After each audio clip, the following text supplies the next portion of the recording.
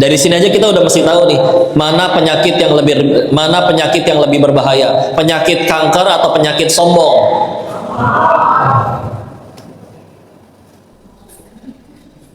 Tapi kanker bisa bikin orang meninggal kok. Tapi bisa jadi gara-gara kankernya dia lebih mudah ke surganya Allah daripada yang sehat tapi maksiat. Boro-boro berangkat maksiat, tiap hari terkapar sambil zikir. Yang sehat malah jadi bisa maksiat. Akan ada harinya yang sehat malah berkata, tahu gitu saya yang sakit ya Allah. Kita ngeliatnya dari sudut pandang yang beda aja. Tapi uniknya orang kalau sakit fisik, berapa duit juga keluar, ayo demi bisa sehat lagi. Dan kadang ada yang demi bisa sehat lagi, demi bisa pacaran lagi, atau demi bisa maksiat lagi. Dan uniknya penyakit fisik tuh jujur, datang ke dokter, apa yang dirasa? Ininya dok, saya juga kemarin kebanyakan makan beling, misalkan. Siapa tahu kan dia udah lumping. Jujur kan? Nggak ada orang datang ke dokter, apa yang dirasa? Ah nggak tahu, rahasia, dokter mah kepo. Atau kumaha, kan sukan dukun. Dia pasti jujur. Iya dok, saya masih ngerokok, saya masih minum manis terus. Jujur dia. Dan ngaku datang, dia yang nyari dokternya, pengen sembuh. Coba kalau penyakit hati, orang dia nggak ngerasa sakit kok, boro-boro mau berobat. Ada sahabat yang mau nyembuhin juga, ditraktir, diajak makan dulu, dibayarin, baru nasihat masuk. Nggak ada orang, nggak dipermalukan, cuma duaan. Nasihatnya pun lembut. Saudaraku, kamu nggak boleh begitu, itu namanya sombong. Siapa yang sombong? Hah? Jangan so tahu kamu, galakan dia. Orang dia pasiennya nggak ngerasa sakit, karena nggak ngerasa sakit jadi nggak mau berobat. Ada yang mau ngobatin malah diomel. Repot kalau udah capek, ya Allah. La haula wala quwwata illa billah. Bismillah ya. Sedangkan ini kata Nabi ya, di dalam tubuh kita ada segumpal daging, kalau itunya baik semua baik, itunya buruk semua buruk. Wahiyal qalb, dan itu adalah hati ya. Gitu.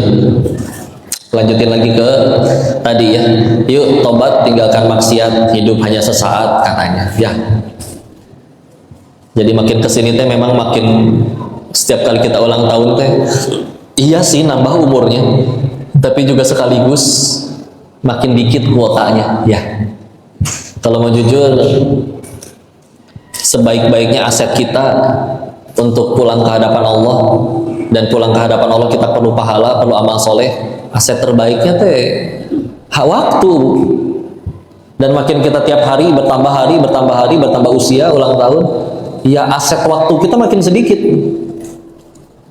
Karena yang benar-benar bisa diubah jadi pahala waktu. Kita ibadah perlu waktu. Kok duit bisa jadi pahala? Kalau Allah nggak ngizinin dia sempat sedekah, meninggal duluan, duitnya nggak sempat jadi pahala. Berarti perlu waktu juga.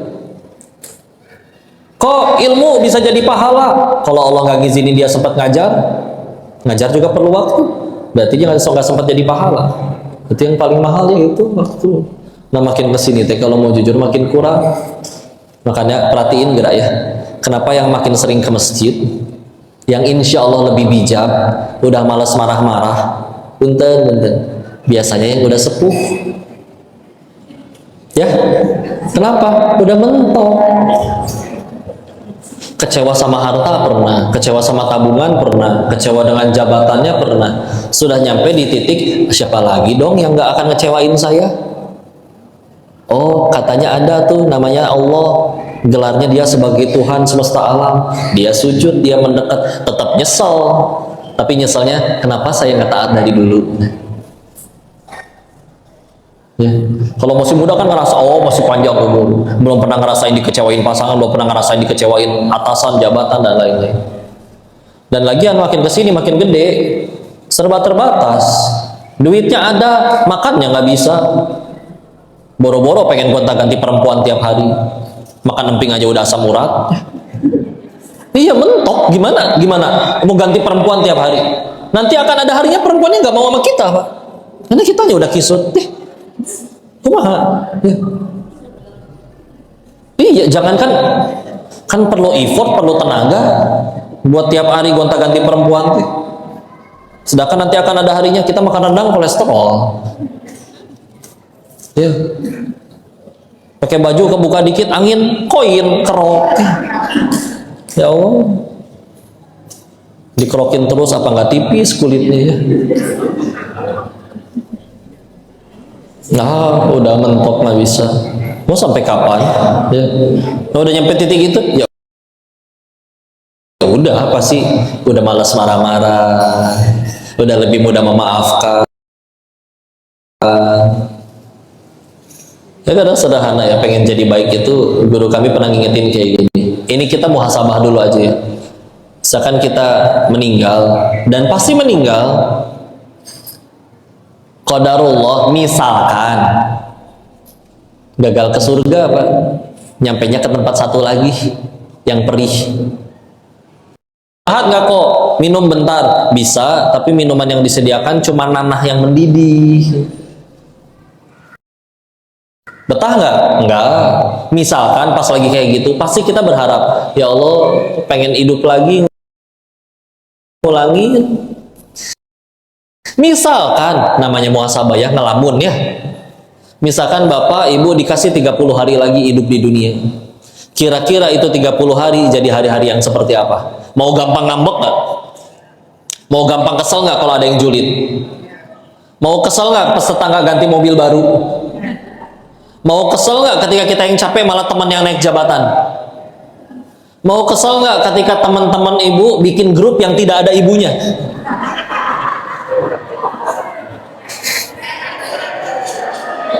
Hah?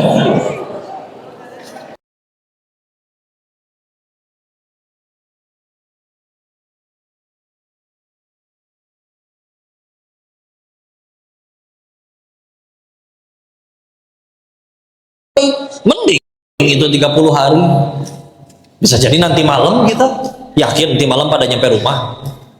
Ini saya liatin wajahnya dari depan nih, dari tadi, dari awal datang. Ini muka-muka yang bakal dijemput malaikat maut semua ini. Betul nggak? Betul.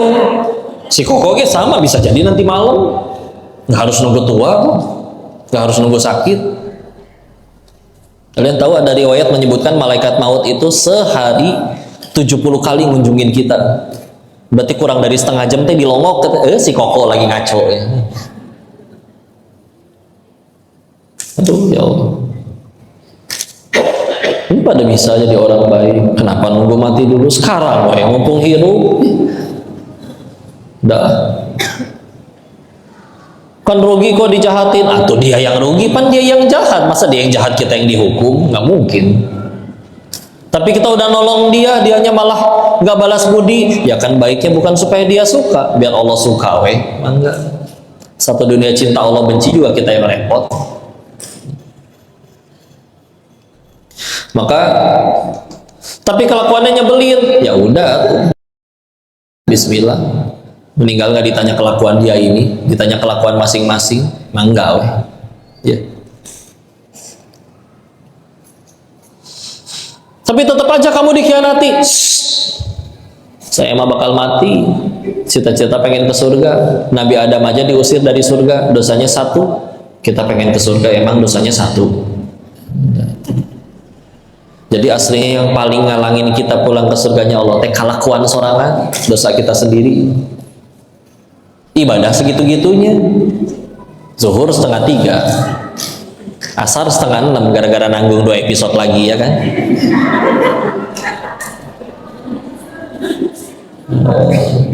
Sholat lupa rakaat wae. Istiqomah kuliah kulhu nggak ganti-ganti. Sekalinya ganti ina atau ina. Nanti kemarin saya zuhur lama sujudnya karena lagi mikir kan, abis ini tasyahud apa berdiri deh. Udah jujur aja bu, jujur. Terus yakin punya amalan kayak gitu pengen nyampe surga, pan asa hil yang mustahil ya, asa jauh. Maka pasti kita dikasih fasilitas penggugur dosa. Tahu-tahu ada tetangga ngutang tapi galakan dianya, udah istilah. masing-masing. Ada yang sabar ngadepin pasangannya, ada yang pasangannya baik anaknya, ada yang anaknya baik finansialnya, ada yang finansialnya baik kesehatannya. Terserah Allah itu. Tapi tujuannya sama, nyampein kita ke surganya Allah. Karena kalau kesana pakai ibadah kita sendiri, aduh asa jauh ya. Makanya dikasih pahala sabar. Quran surat 39 Az-Zumar ayat 10, innama yuwaffas sabiruna ajruhum bighairi hisab. Hanya orang-orang bersabarlah yang ganjaran pahalanya disempurnakan tanpa batas.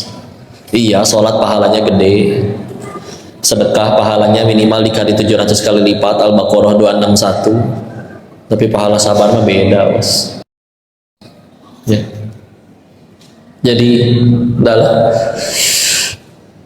kita maksiat, kita yang kena batunya kok. Satu dunia maksiat semua, Allah nggak akan berhenti jadi Tuhan. Satu dunia taat semua, Allah nggak dapat komisi apa-apa. Yang untung kita. Kalau maksiat dilakuin terus-menerus, nggak tobat-tobat, ujung-ujungnya dua. Satu, Allah bongkar aibnya. Dua, Allah matikan waktu lagi bermaksiat. Bahas satu-satu ya. Ulangi, kalau dosa terus-menerus dilakukan, nggak tobat-tobat, ujung-ujungnya dua. Allah bongkar aibnya, atau Allah matiin waktu lagi maksiat. Kenapa dibongkar aibnya? Allah suka ya mempermalukan hambanya di hadapan hambanya yang lain. Bukan gitu, bos. Karena masalahnya ada hamba yang Tuhannya bukan Allah, tapi Tuhannya mulut orang. Tanya ke semua orang yang maksiat, tanya semua orang yang korupsi, kayaknya dia tahu apa hukum korupsi. Nggak mungkin nggak tahu. Nggak mungkin waktu ditangkap KPK, Bapak kenapa nyolong? Oh, nyolong duit rakyatnya nggak boleh. Nggak mungkin. Nggak ada orang selingkuh ditanya, Bapak kenapa selingkuh? Oh, tidur sama istri tetangga itu nggak boleh. Nggak mungkin. Tahu pasti hukumnya. Nggak mungkin nggak tahu. Pasti tahu hukumnya. Dan ketika ditanya, dia pasti tahu kalau Allah ngelihat dia. Tapi coba perhatikan, berapa banyak terjadi kasus perselingkuhan, berhentinya pas kapan? Ketahuan. Coba nggak ketahuan. Gaspol. Dari awal dia maksiat udah ketahuan sama Allah, tapi ketahuan sama Allah nggak peduli, giliran ketahuan sama orang berhenti. Surga kamu di Allah apa di mulut orangnya disebetulnya? Serius, kita tuh kadang sekurang ajar itu sama Allah. Di hotel mau ketemu selingkuhannya, papasan sama tetangga, bisa nggak jadi itu selingkuh. Bapak kok ada di sini? Istrinya saya lihat di rumah. Ayo mau ngapain? Ngasih surprise. Wow, suami yang keren. Dadah, udah we pergi. Itu bisa nggak jadi ke atas? Padahal udah nungguin aneh-anehnya di atas. Bisa di WA tuh. Namanya kadang diganti. Paket COD. Tukang galon. Tukang galon gini ayang-ayangan. Maaf sayang, ada tetangga di bawah, aku belum bisa ke atas dulu. Tetangga satu nyaris tahu bisa nggak jadi maksiat. Allah ngeliatin dia maksiat, berangkat. Tapi tetangga kan orang kok, kalau misalnya dengan selingkuhan di kamar hanya berdua. Kata siapa hanya berdua? Rame tahu. Mau dihitung? Nih, ceweknya satu.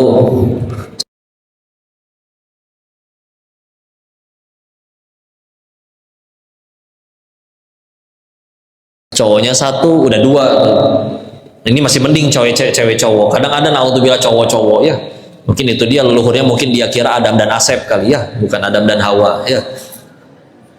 Punten ya, barangkali ada Pak Asep di sininya. Apa ya? Lanjut. Orangnya dua. Allah ngeliatin nggak? Tiga. Masing-masing ada malaikat pencatat amal nggak? Masing-masing dua ya? 7 berarti itu. Rame nggak? Manusia juga didampingin oleh bangsa jin. Korin satu minimal satu. Berarti berapa? 9 tuh di situ. Masing-masing satu. Dan ternyata kamarnya ada jin penunggunya 8, 17 berarti di situ. Rame. Kebayang itu malaikat sama jin lihat-lihatan ngelihat si bapak gombal. Sayang, sekarang hanya tinggal kita berdua. Kamu seperti angka 134. Apa itu sayang? Tidak ada duanya. Bapak nanaon. Emosi kayaknya malaikat. Gue matiin nih sekarang. Jangan Bo, jangan, tahan dulu.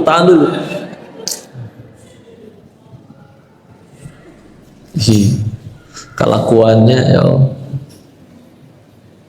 Allah tahu kita kalau sendirian ngapain aja. Kita nggak pernah sendiri juga. Aduh, udah. Makanya salah satu nasihat kalau kita lagi futur, jangan sendirian. Iya, karena nggak semua orang sanggup merasa dirinya diliatin terus. Tapi kalau kita lagi sama orang kan malu maksiat, Bu. Nggak usah ke maksiat. Perkara yang bukan dosa deh. Contoh, ngupil. Ngupil dosa nggak? Enggak, kecuali kalau dipeperin ke baju orang ya. Nah, itu dosa ya. Tapi kita lagi di sebelah orang, nggak berani ngupil. Malu. Apalagi maksiat kan. Itu dia lah. Maka la haula wala quwata illa billah. Tadi satu, kalau dosa terus-menerus dilakukan, dibuka aibnya. Karena gimana tuh, ada orang yang Tuhannya mulut orang.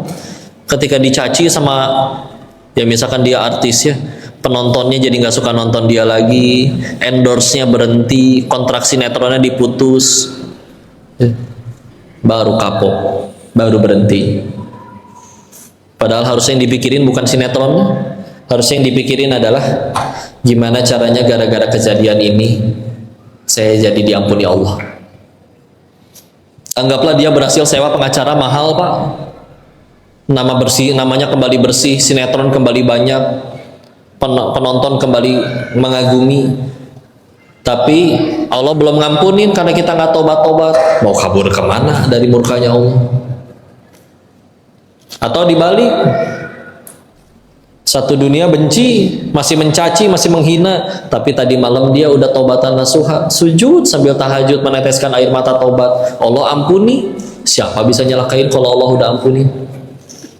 Kitanya aja tadi prioritasnya belum Allah ya. Karena nanti yang kedua, kalau terus menerus dilakukan, mau nggak mau pilihannya adalah Allah matiin, Allah matikan saat dia sedang bermaksiat.